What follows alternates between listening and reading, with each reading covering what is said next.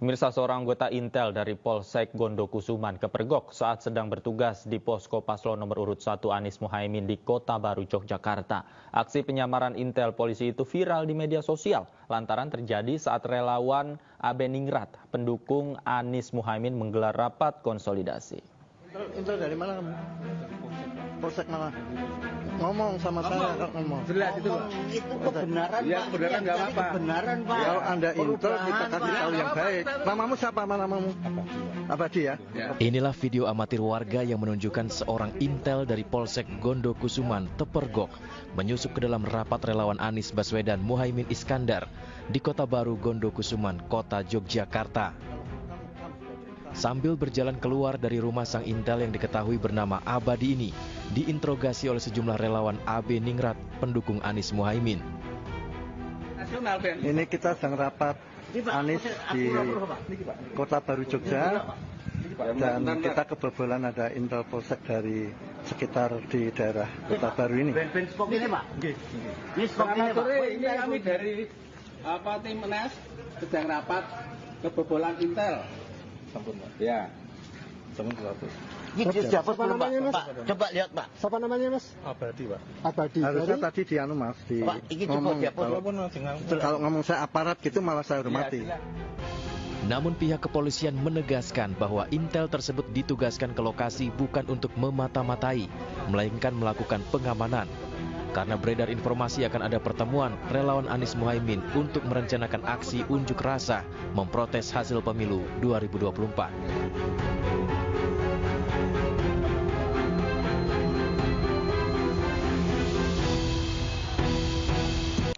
Menteri Hukum dan HAM Yasona Laoly menanggapi wacana hak angket yang diusulkan Capres Ganjar Pranowo. Yasona menilai pemberlakuan hak angket bisa berfungsi untuk meminimalisasi adanya kecurangan pemilu.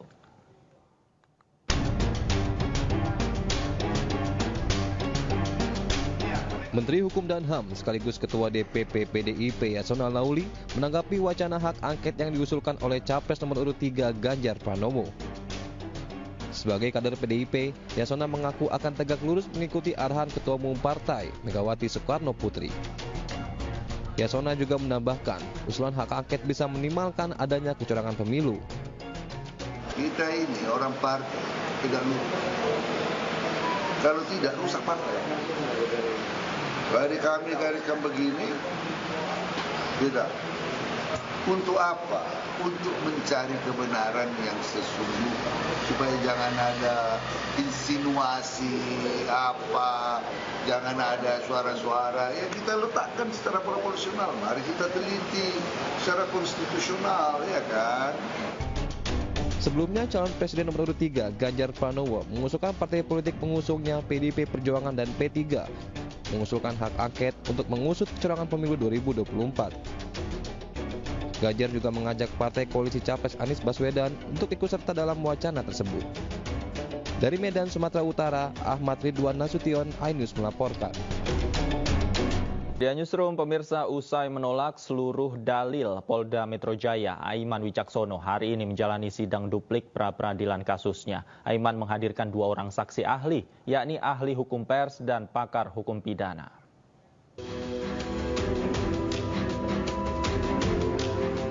Kasus Aiman Wicaksono memasuki babak baru. Kamis pagi, Aiman menjalani sidang pra-peradilan dengan agenda pembacaan duplik terhadap Polda Metro Jaya.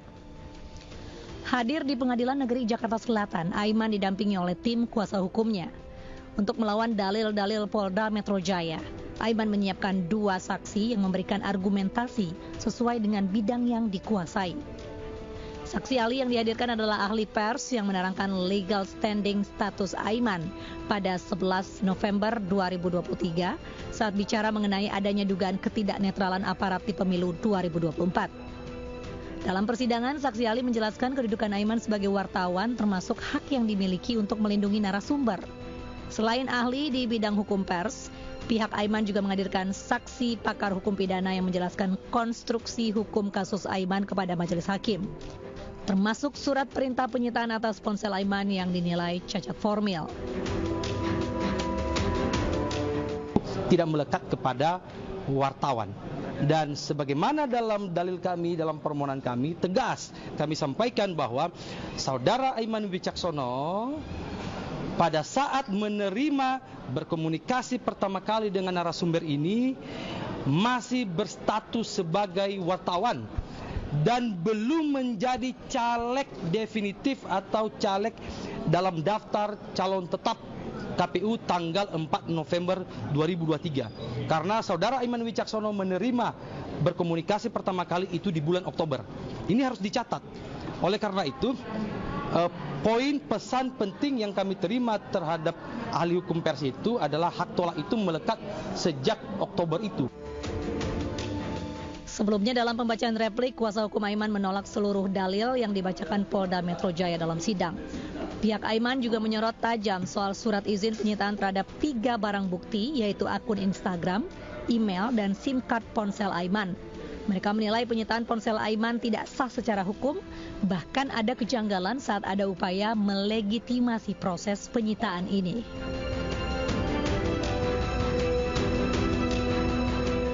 Dari Jakarta, Tim Liputan iNews melaporkan. Kita ke informasi lain, pemirsa. Kasus pencurian dan kekerasan seksual dengan korban seorang SPG showroom mobil akhirnya memiliki kepastian hukum. 2 terdakwa divonis penjara 13 tahun dan 6 bulan serta membayar restitusi 74,4 juta rupiah terhadap korban.